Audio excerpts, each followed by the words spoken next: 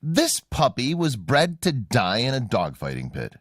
His journey has inspired millions for good reason.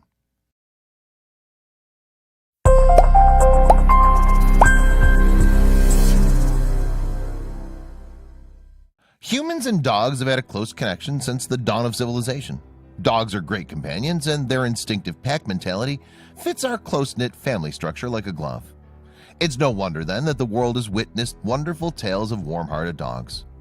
One dog's life, however, went beyond tugging at the heartstrings to reach heights of inspiration we can guarantee you've never seen. Get ready to see what years of abuse made one dog do once he was adopted into his forever home. As close as dogs have been to humans for the past 10,000 years or so, some people have exploited man's best friend in repulsive ways, and dogfighting is probably chief among them. It's an inhumane and illegal blood sport performed underground for entertainment and money. Participating dogs are abused and frequently killed. Victims include bait dogs, weaker dogs used to train and rile up fighters for battle. Bait dogs are usually cast aside to die, but sometimes they slip through the evil sport's grip. One such bait dog, Oogie, was rescued by police during a raid. Dogfighting is often associated with other illegal activities such as large-scale drug dealing operations. When police found Oogie, a Dogo Argentino or Argentinian Mastiff, was left bleeding to death in a cage to die with no food or water. He'd been attacked, bitten, and had his left ear completely torn off. The police brought him to a veterinarian, hoping that he could be saved. But Oogie ended up being the savior. Oogie was just a puppy. He'd undergone a lengthy operation to stop his bleeding and repair the massive damage done to his face and head. He somehow beat the odds and survived the ordeal. While Oogie was recovering, the Levin family was bringing their beloved cat to the same vet for what would be his last visit. The family's sadness was lightened by the appearance of Oogie as he was being walked as part of his post-operation therapy. Oogie's post-operation appearance was horrifying, as he was missing an ear and was all raw with scar tissue. His behavior, however, was that of a lively, energetic puppy. He showered the Levins with kisses and happily trotted all around like any other excited dog. The Levins immediately fell in love with Oogie. The joyful pooch fell right into the family, which already included two twin 12-year-old boys. Oogie brought joy, but also inspired the family to begin an unexpected crusade. The Levin family loved Oogie unconditionally, although there was some apprehension about whether he would be an aggressive dog. The vet who saved his life quickly snuffed out that suggestion. "This dog will never ever bite anyone," the doctor assured the family. Oogie quickly grew to a healthy weight, and although his scars never physically faded, they became invisible to the Levins. Soon the heartwarming story of Oogie's triumph spread so far it got national attention, and you won't believe where. By 2008, when Oogie was a few years old, Larry Levin had become a breed advocate trying to stop dogfighting. After providing some information to a dog rescue group about Oogie, he was contacted by producers of The Oprah Winfrey Show. They'd heard about the rescued bait dog and wanted to feature him on their Valentine's Day show. Oogie was a hit on the show, but what happened next started a whirlwind of exposure for the rescued dog. After appearing on Oprah, a literary agent approached Larry Levin about penning a memoir about Oogie. Levin had always wanted to write a book, was passionate about stopping dogfighting, and believed strongly that Oogie's story was an inspiration for all. Oogie's ordeal shows us that we can go through the worst imaginable experiences and come out the other side okay, Levin said. We can come out and find love on the other side. Levin's book came out in 2010, was a bestseller, and spurred the Levin family to more advocacy. The Levins became strong advocates for the bully breeds, which includes Oogie's breed, and for providing medical care to dogs injured in dogfighting. Because of the book's success, Oogie inspired many rescue fundraising efforts. Larry Levin spoke at numerous schools to motivate children to take up the anti-dogfighting cause.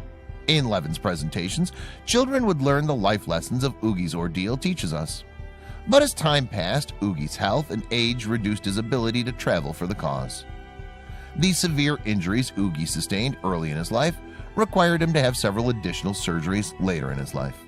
The scar tissue caused constant pain, so he underwent surgery to have some of it removed. As he entered his senior dog years, Oogie had to have additional surgeries for routine canine maladies involving his leg ligaments. All through this, he kept smiling, his lopsided smile, as a reminder to the Levins that life will throw us all kinds of curveballs, but we can weather them all with love. As he reached 100 in dog years, Oogie crossed the rainbow bridge that lies at the end of the road for many family companions. On his last day, Oogie enjoyed a bison fillet, one of his favorite treats. Larry put moisturizer on his crooked nose and eye drops in the eyes that could never close all the way, put his warm orange coat on him, and took him for a ride. In those last moments, he reminded Larry how blessed they both were. In the end, Levin wrote, "He kept our spirits up through the whole ordeal, but he's gone from us. He didn't suffer. We went through so much together, and I can't tell you how much he meant to me. He gave me the life I have. He brought me joy every single day for the last 12 years. Despite his death, he continues to inspire people across the globe." As Oogie's story and the ordeals of other rescue dogs are shared online. Even 2 years after his death, Oogie's Facebook fan page still attracts daily notes of love and remembrance. Drawings, favorite photographs, and other images are shared in this online memorial. Social media in general has become an outlet for people to share stories of inspiration similar to Oogie's.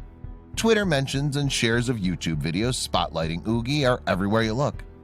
That lopsided face still brings a smile to many and has even inspired some to action.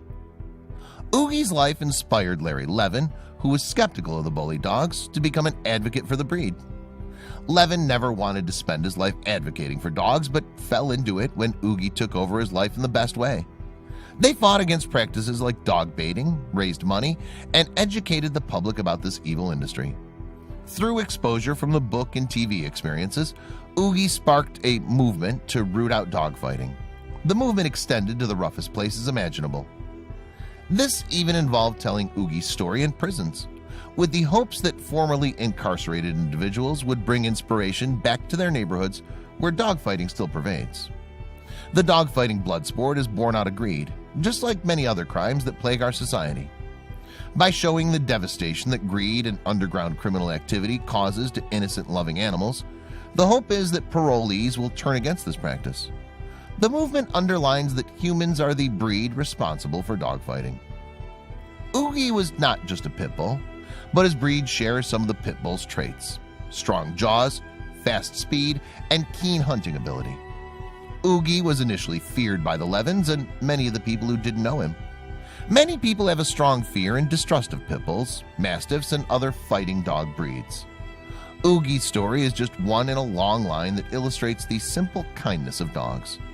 Even after unspeakable horrors, they are many more times likely to lick your face than attack you. Tens of thousands of humans, on the other hand, will continue to stage dogfights for the lure of money.